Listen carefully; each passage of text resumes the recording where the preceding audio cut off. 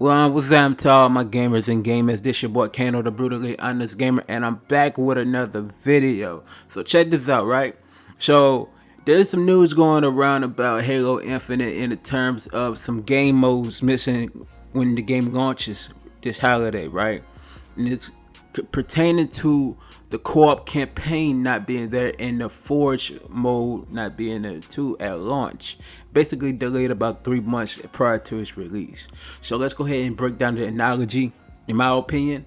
So basically the co-op campaign would not be there at launch because they're still working out the kinks. It should be around in 3 months, and people are really getting upset about that because people like to play multiplayer on campaign mode or sometimes in a multiplayer.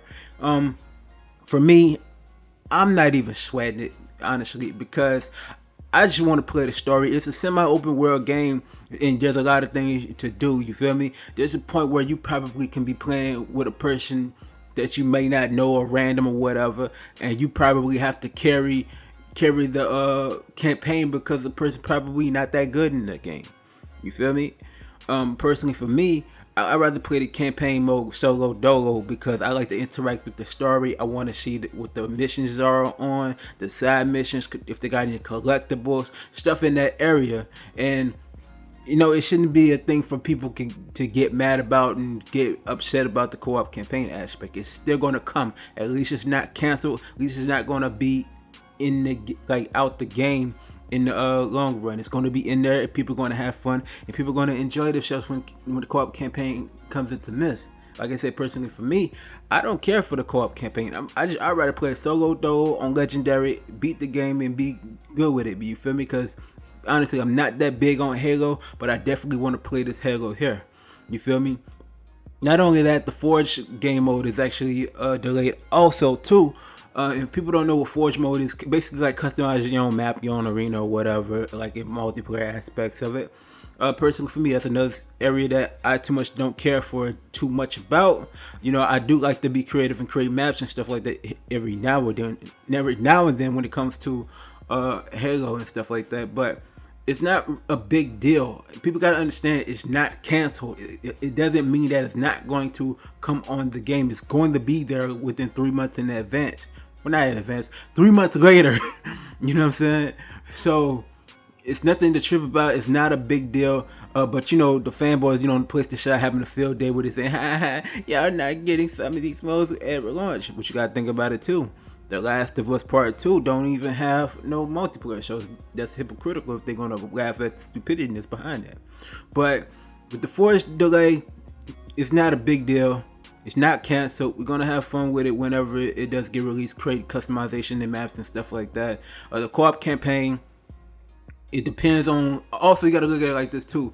If the co-op campaign is kind of like different compared to the regular campaign, it's a different story, because from what we found out about the regular campaign is it got multiple endings. It's different endings, so the story can be, you have a good ending, a bad ending, a true ending. So you never know how it might go. It just depends on how you would play the game.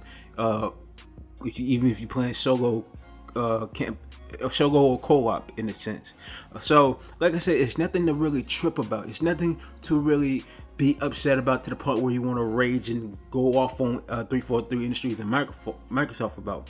That would be blasphemy, and that would be wrong for the gamer community to be upset about. It's not canceled. People gotta understand, if they would release the game right now without the modes and stuff like that, and how broken, if it was broken in that sense, it would be like how Cyberpunk 2077 is. Because I'm always gonna refer to Cyberpunk 2077, how bad that game was at launch. So don't trip about it.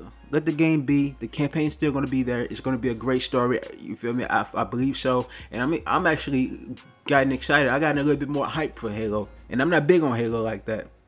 I'm more into Gears than Halo, but we shall see. You heard me? So now, what I want to talk about next is actually the release date. Now, Halo, they said holiday 2021. I believe it's going to come out mid to the end of November. And the reason why I say that is because we have Battlefield 2042 coming out. I believe around October, November, 1 or 2. I forgot the release date. But I know for a fact in Call of Duty Vanguard that's coming out, I believe November 7th. You know what I'm saying? Correct me if I'm wrong. Comment below if I'm wrong. But I think that's the reason why Microsoft was kind of like not really saying when the release date is going to be, based off the fact that they waiting to see when the heavy hitters are coming out, and then everybody knows that Forza Horizon 5 will be coming out in November also. So I believe Halo Infinite will definitely come out between the mid to the end of November. We'll be able to play it on Game Pass. If you don't have Game Pass, it'll be basically $60. It's not going to be like how PlayStation is, $75 including the tax, but it's going to be around $60 plus tax, $65 all total. And you're going to be able to enjoy the game. So you'll have the solo campaign. You can play it on easy, normal, hero, legendary, Lions, Tigers, Bears, Oh My. And then you'll be able to play multiplayer, play team deathmatch, every free fall. You never know. The possibility is endless. You feel me? So y'all stay tuned for that. Now, let's talk about the gameplay. Now, people may not like the Halo 5's gameplay, but for me, I like the Halo 5 gameplay as far as I can hold the left trigger to aim and just shoot with the right trigger. That's a lot of how a lot of shooters are. Halo was never known for that between Halo 1 through 4 and Halo Reach and Halo ODST. Understandable, people like to take it back to their roots, but for what I would want them to do as far as gameplay mechanics, they can have two styles of it. They can either have it the original Halo for the people that's been there, or the newcomers that want to do the aiming with the left trigger and then the right trigger you shoot. That's personally my favorite. I'd rather use it in that sense, because Halo 5, that's the only reason why I liked the game more so, because of the aiming mechanics. The mechanics of it, to me, it felt better.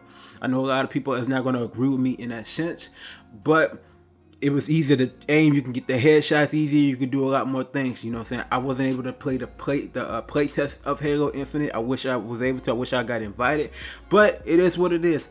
Not even tripping about it. Not even complaining about it. You feel me? But we just shall see, man. Halo Infinite should be in November. We'll find out at Gamescom this upcoming week. Y'all tune into the gamer section with the live streams. We'll, give our in-depth look at how we feel about these upcoming games coming out for Gamescom. I'm gonna leave it on that note. Make sure you like, share, comment, subscribe, hit the notification bell when I drop these videos. You heard me? And comment below on your thoughts about Halo Infinite. With the game modes being delayed by a couple of months, man. It shouldn't be nothing to trip about. People don't need to get mad. People don't need to get butthurt. It is what it is. You hear me? I'm out. Peace.